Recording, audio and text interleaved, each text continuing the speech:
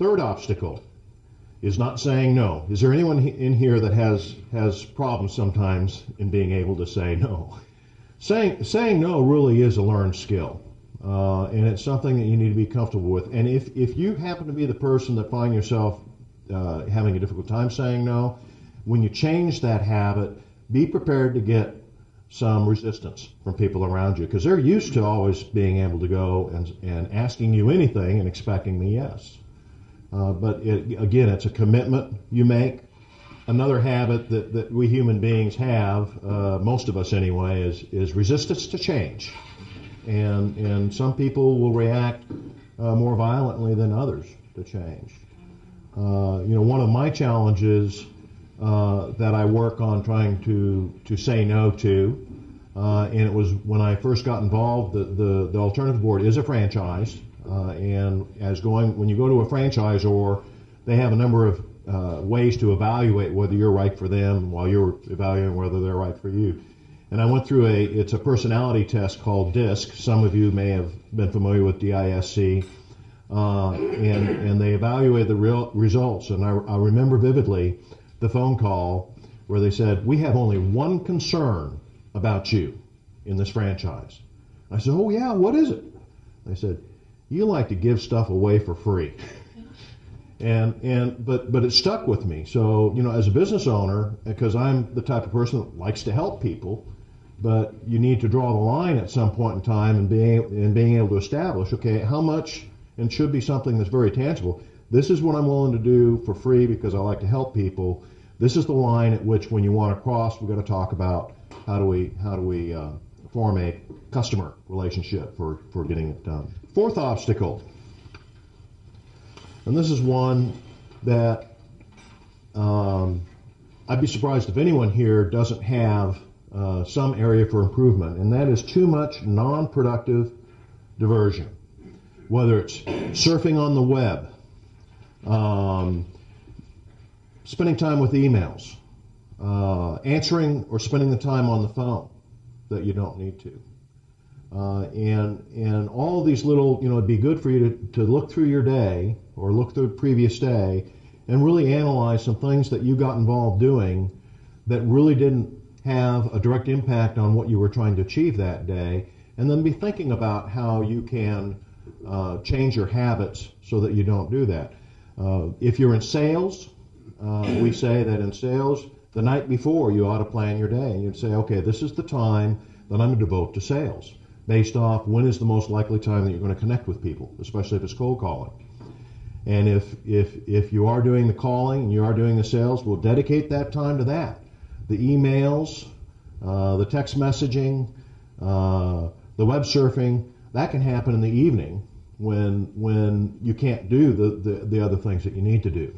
How many of you find yourselves during meetings pulling a device like this out, checking your emails? Okay. That's one thing that now that isn't, you're in the meeting, you're spending your time with that, but you're diverting yourself. It might be a good idea to be thinking about what time during the day are you going to check your email, and then put the device away and don't look at it for the rest of the time. If it's important, if you're someone that needs to respond to things, what I try to do is suggest that phone calls are the things that are the most important. If you need to get a hold of me, if you're a client, you need to get a hold of me right away. Call me. If you get my voicemail, the first chance when I get away from a meeting and have an opportunity, I'll look to see if I have any voicemail messages. And at least I'll go through them quickly to find out, are there any messages that I need to respond quickly to? Whereas with the email, and it's funny how, and one of the challenges I had in one of my prior jobs was we found more and more people were sending emails, and if they didn't get a response in 5 or 10 minutes, they were complaining either the email system was too slow or people are being rude. And I keep going, wait a minute, it's email. If it's that important that you need to talk to someone right away, there's a device called the telephone. But it is something in our culture. Text messaging, too. Many times people use that as saying, well, if I text message, I'm expecting a reply right away. Educate your clients. Educate the customers you have on what is the best way to get a hold of you if it's an emergency. And then for the things that aren't emergencies, set the expectation for the customer of when they can expect to hear back from you. Sometimes that's all it takes, is to let someone know, hey, if you send me an email, if it's in the morning, you can expect a reply before the end of the day. If it's in the afternoon, you can expect a reply the next morning, perhaps. And just by doing that, sometimes you're giving your customers or your clients the ability to relax and not waste their time saying, when am I going to hear back from this guy? Part of establishing the culture of time management, because it's not always just about you being more effective with time management, but it's helping others to be more effective as well. It's establishing the expectations among others so that they know how to get with you, whether it's people in the office, customers, anyone else, because someone will always have what they think is an emergency, and as long as they say, okay, I don't want to bother this person by violating his or her space, but here's how I can get to him because I think it's an emergency, and here's how I escalate. If for some reason I send you that intercom and you don't respond, and I'm going, but he doesn't understand. This is critical. Is there another avenue that I can take to really maybe go to someone else or take it to another level? Those are all ideas of communicating. This kind of leads to obstacle number 5, and that's no time for contemplation. You've got to have a cave. You got to have a cave at home. You got to have a cave at work. And over five or so years ago, people talk about the man's cave. But women, you need a cave too. We need our space. We need our space to be able to be productive and think. As we say, work on our business and not work in our business. And you need to be able to identify that in a way, in your case, when I close my door, I'm in my cave, whether it's dealing with fires or contemplating working on the business and establishing that. And then a lot of managers, they feel like if I have an open door policy, it has to be open all the time. No, it doesn't. It doesn't have to be open all the time. As long, again, as your employees understand this is the time of day that if I have something, I can get to the boss and talk to him or her. Your open door policy is just as good as the next person. 6th obstacle, not delegating. This goes back to what I started with, is first, if you understand what your competitive advantage is for what you bring, what it is that you bring value to your business or to your workplace, and anything else that comes in there, you sit there and write out a list. What are the other things that I do to spend my time with the day? And sit there when you're working on the business and trying to find a way to become more effective. Really think about who else can do this task. First of all, does this task really need to be done? And if it does, who else can do it? And find a way to delegate it. If you're a single proprietor, as I am right now, it may be talking to your significant other to say how can they help. And that's an area that sometimes I need my wife to keep hammering on the head. Brad, what can I do for you? What can I do for you? Sooner or later I say, okay, do this, just so you don't keep asking. But it really is important to be able to delegate.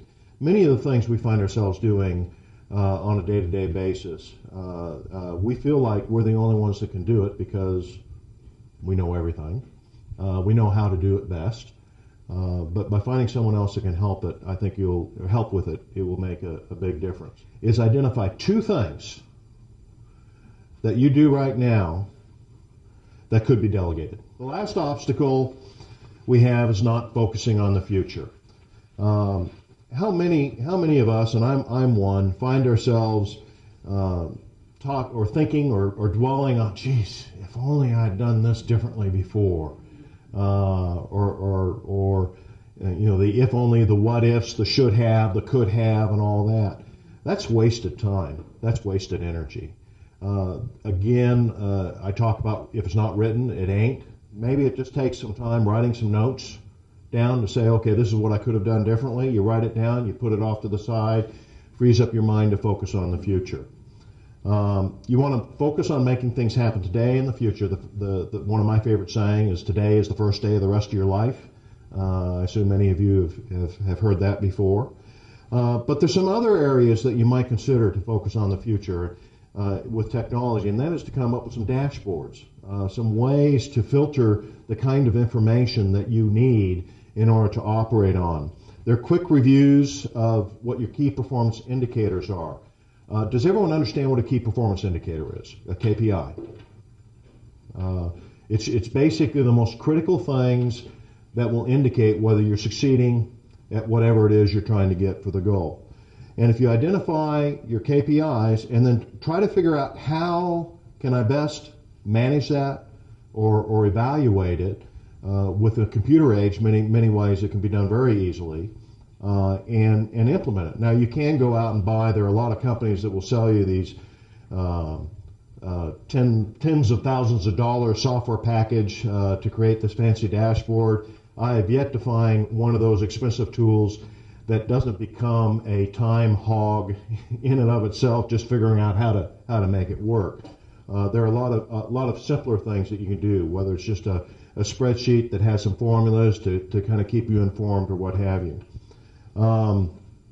Areas for KPIs, it should be on one page. Keep it small. Sales. How do we track sales? One day at a time. It's very simple. To improve your sales, you basically identify what's the sales you need for the end of the year. Okay, what's your goal for the end of the year, the total amount of sales you have. Once you have that, your goal for sales of what you need for the end of the year, and this is actually closed sales, divide that by 12. Now you know what your sales need to be this month. Then spend a little time trying to figure out how long does it take, or for every sale you make, how many contacts do you need?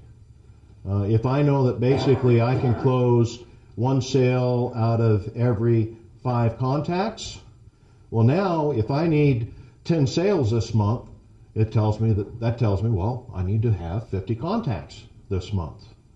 And basically by breaking that down, then in managing your time as you march to that, you don't have to keep thinking about am I getting the 10 times so 120 sales? Where am I on the 120 sales? No, you just sit there and say, have I made 50 contacts?